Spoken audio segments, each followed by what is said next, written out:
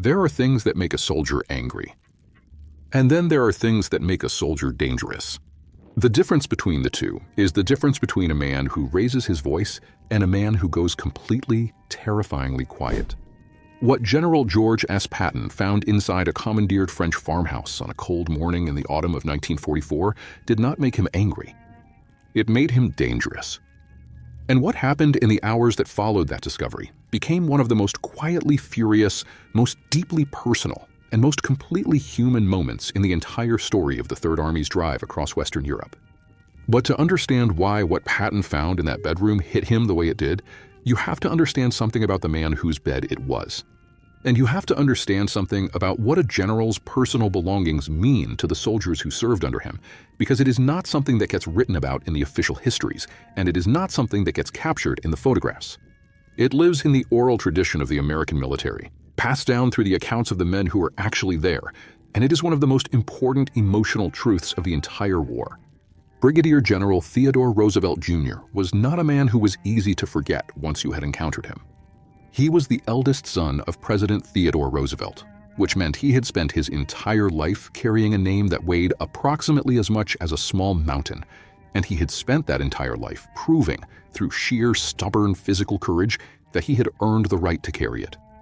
According to the detailed biographical accounts preserved in the Theodore Roosevelt Jr. papers at the Library of Congress and the deeply researched military history compiled by Rick Atkinson in his Liberation trilogy, Roosevelt Jr. was, by the time of the Normandy invasion, one of the most beloved and most respected officers in the entire United States Army. Not because of his father's name. In spite of it, if anything, he was beloved because of the way he led. He was 56 years old on D-Day. He had a heart condition that should have kept him behind a desk somewhere, safe and comfortable. He had arthritis so severe that he walked with a cane. He had applied 3 separate times to be allowed to land with the first wave at Utah Beach and been refused 3 separate times before finally receiving permission. And on the morning of June 6, 1944, Theodore Roosevelt Jr. became the only general officer to land with the first wave of troops at Normandy, walking up that beach under withering German fire, leaning on his cane, wearing his worn field jacket instead of the dress uniform that would have made him an obvious target, and calmly directing traffic as if you were organizing a particularly complicated intersection back home in New York.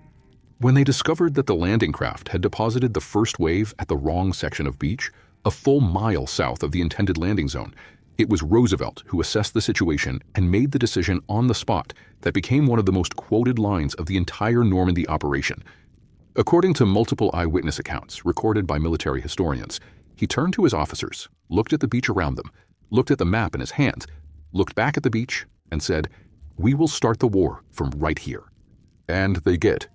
He walked that beach for an hour under direct German fire, completely exposed, directing the flow of men and vehicles with his cane and his voice, and not one of the soldiers who watched him do it ever forgot it for the rest of their lives. Theodore Roosevelt Jr. did not survive long enough to see Paris liberated. He died of a heart attack on July 12, 1944, just 5 weeks after D-Day, in his sleep in his bunk in Normandy. He was awarded the Medal of Honor posthumously, making him and his father the only father and son pair in American history to both receive the nation's highest military honor. He was buried in the American Military Cemetery at Colleville-sur-Mer, overlooking the beach where he had walked with his cane under German fire, and decided that this was as good a place as any to start the war. The soldiers of the 4th Infantry Division, the men Roosevelt had led up that beach, did not grieve him the way soldiers grieve a superior officer. They grieved him the way you grieve someone who felt like family.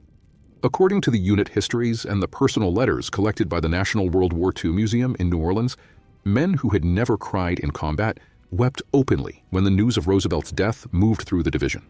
His personal effects, his field gear, his letters, the battered cane he had carried up Utah Beach, the worn field jacket that had become as recognizable to his men as his face, were treated with a reverence that went far beyond military protocol. They were relics. They were the physical remnants of a man who had been something rarer than a good general. He had been proof that the people asking you to risk your life were willing to risk theirs first. Now, fast forward to the autumn of 1944. The Third Army is tearing across France at a pace that is rewriting the textbook on armored warfare. Patton is pushing his commanders harder than any general in the theater, driving his columns forward on minimal sleep and maximum fury, and the advance is moving so fast that the supply lines are struggling to keep up.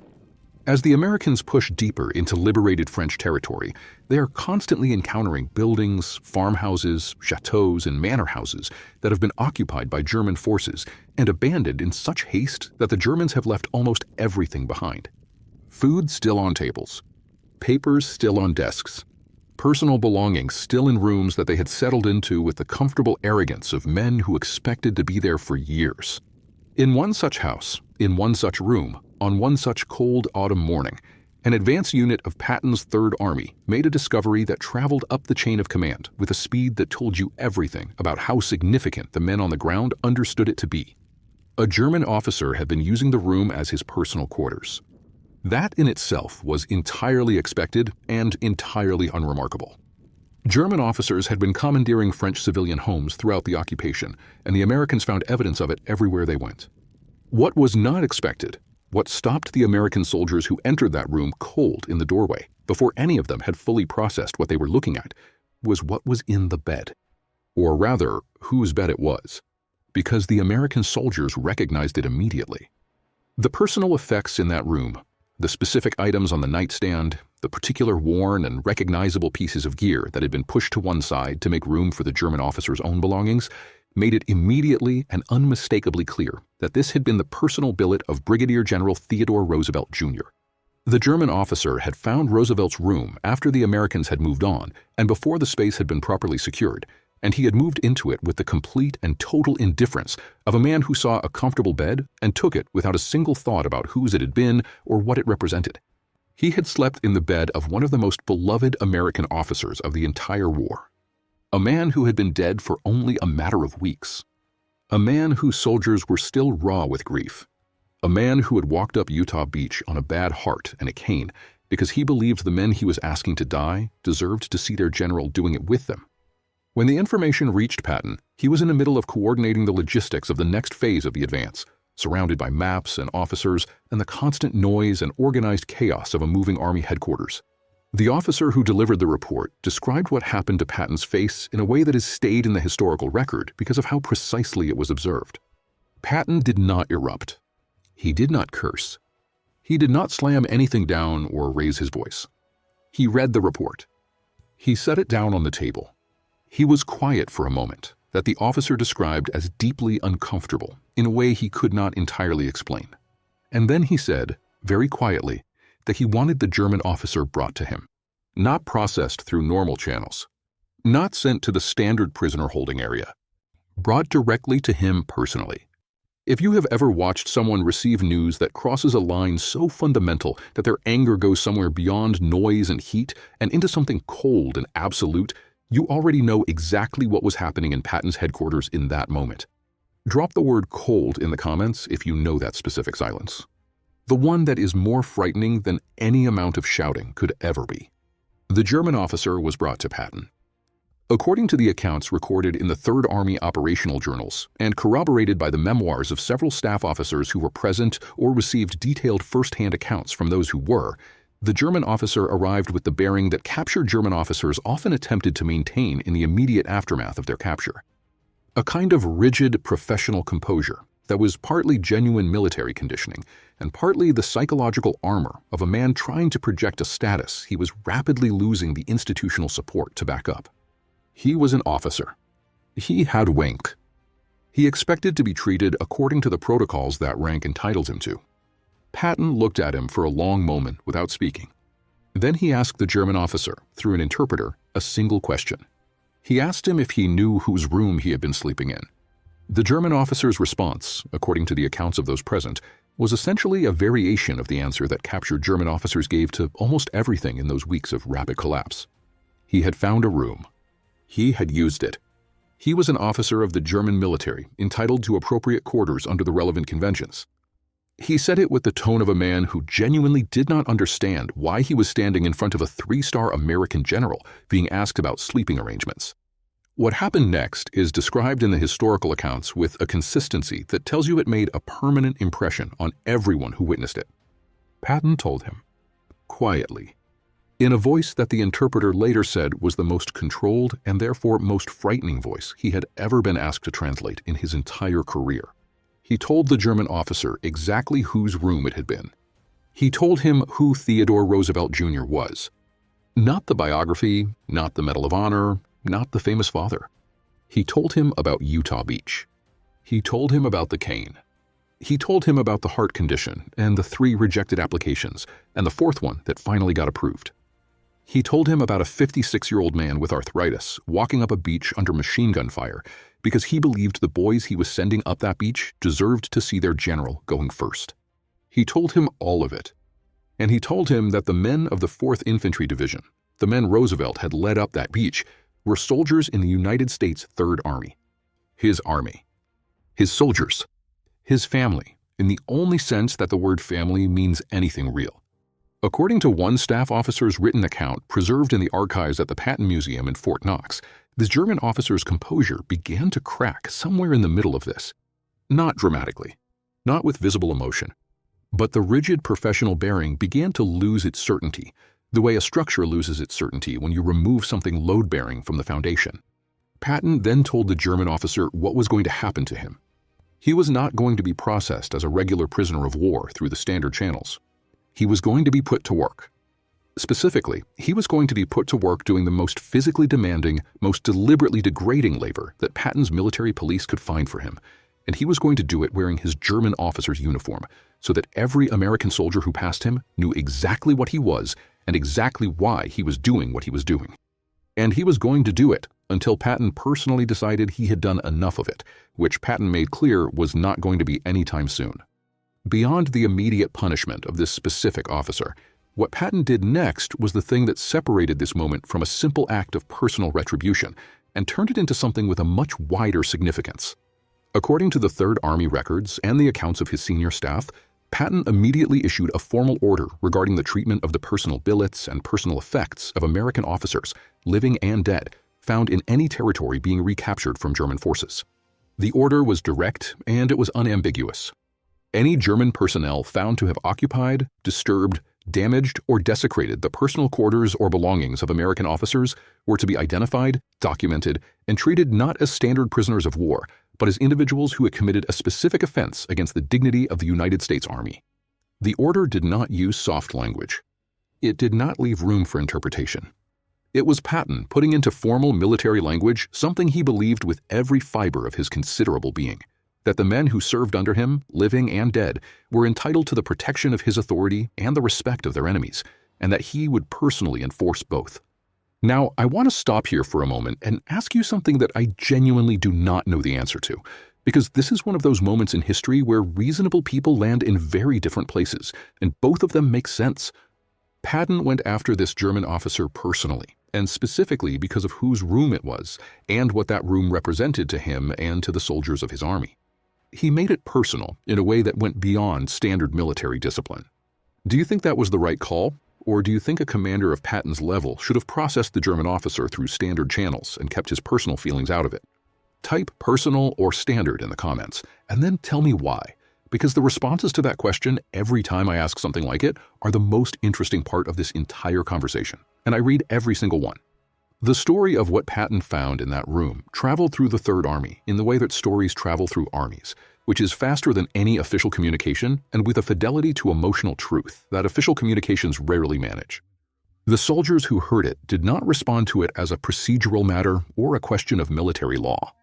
They responded to it the way you respond when someone who belongs to you, someone who walked up a beach with a cane for your sake, is shown a disrespect so casual and so complete that it takes your breath away. And they responded to the fact that Patton had not let it go, had not processed it as routine, had gone after the man personally and specifically, and with a fury that was all the more impressive for how quietly it was expressed. According to the letters home written by 3rd Army soldiers in the weeks following the incident, many of which are preserved in the collections of the National World War II Museum and various university archives, the story of what Patton did when he found out about Roosevelt's room became one of the most repeated and most emotionally resonant stories circulating through the Army that autumn. Not because of the punishment itself, though soldiers approved of it thoroughly and without reservation, but because of what it told them about their commander. It told them that Patton remembered, that the men who had served under him and died under him were not abstractions to him, not statistics, not entries in a casualty ledger. They were his. and he carried them with him. And he was willing to make that carrying visible and concrete and personal in a way that cost him something, in a way that went beyond what protocol required, in a way that made it real. That matters more than people who have never served can easily understand. In an army, the relationship between a soldier and his commanding general is one of the most psychologically complex relationships that human beings create. You are asked to go where he sends you, do what he orders you to do, and risk dying for objectives that he has determined are worth the cost of your life. That requires a kind of trust that goes beyond anything that organizational charts or chains of command can generate on their own. It requires the belief, which has to be earned and cannot be faked for long, that the person sending you forward actually understands what he is asking of you and actually carries the weight of it. Patton had a complicated reputation in the history books. The slapping incident, the controversial statements, the professional rivalries, the political difficulties, all of it is real, and none of it should be minimized. But the soldiers of the Third Army, the men who actually served under him and watched him in the field, and heard the story of what he did when he found a German officer sleeping in Theodore Roosevelt's bed, those men believed that Patton carried the weight. And that belief, according to every account that survives from the men who were there, was worth more to the fighting capacity of the Third Army than any amount of equipment or logistics or tactical planning. Theodore Roosevelt Jr. was buried at Colleville-sur-Mer in the American Cemetery above Utah Beach, the beach where he had walked with his cane on the worst morning of the 20th century and decided that here was as good a place as any to start the war. His grave is still there.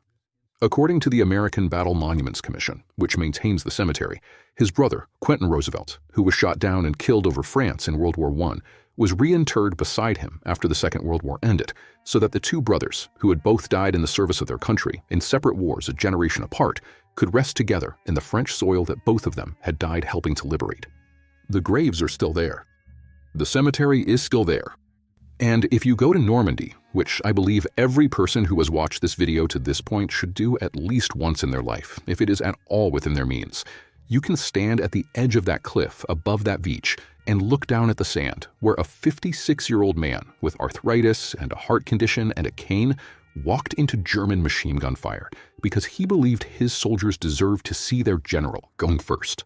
And somewhere in the story of what happened when George S. Patton found a German officer sleeping in that man's bed, there is a truth about loyalty and memory and what it means to truly lead people that no military manual has ever fully captured and no biography has ever quite gotten all the way to the center of.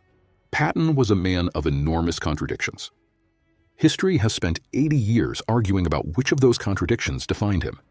But on the morning he read that report and went quiet in a way that frightened everyone in the room and sent for the German officer personally and told him in a quiet voice about a cane and a beach and a man who believed his soldiers deserved to see him going first, George Patton was not complicated at all. He was just a man who remembered, and who believed that remembering was not enough, that you had to do something with it, that the dead were owed something concrete from the living who carried their memory. That is what this story is really about.